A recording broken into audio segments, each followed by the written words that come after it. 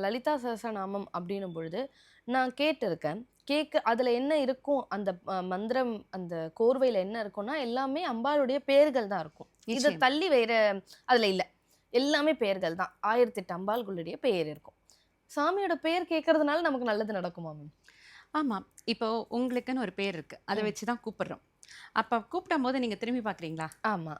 இப்ப அம்பாளுடைய பேர கூப்பிட்டாக்கா அவங்களுக்கு அது வந்து ரீச் ஆகும்ல? ஓ! எட்டும்ல? ஓகே. அப்ப அவங்கள அட்ரஸ் பண்ணி நம்ம கூப்பிடுறோம் அப்படிங்கும் பொழுது, 1000ம் நாமங்கள்ங்கிறது வந்து சிலதெல்லாம் அம்பாளுடைய அனுக்கிரகத்தையே நாமமாக இருக்கக்கூடியதெல்லாம் இருக்கு. ம். இப்ப பார்த்தீங்கன்னா, "க்ஷிப்ர பிரசாதினி" ஆமா. சீக்கிரமாக, விரைவாக அவள் அனுக்கிரகம் பண்ணக்கூடியவள் அப்படிங்கிறது ஒரு நாமம் இருக்கு. காமாட்சி அந்த நாமங்கள்லாம் வந்து அம்பாளுக்குன்னு தனி நாமங்கள்.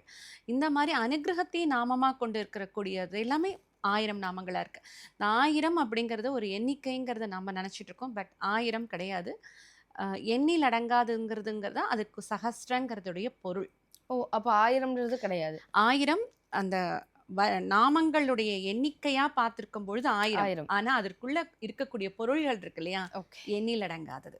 Okay, okay ma'am.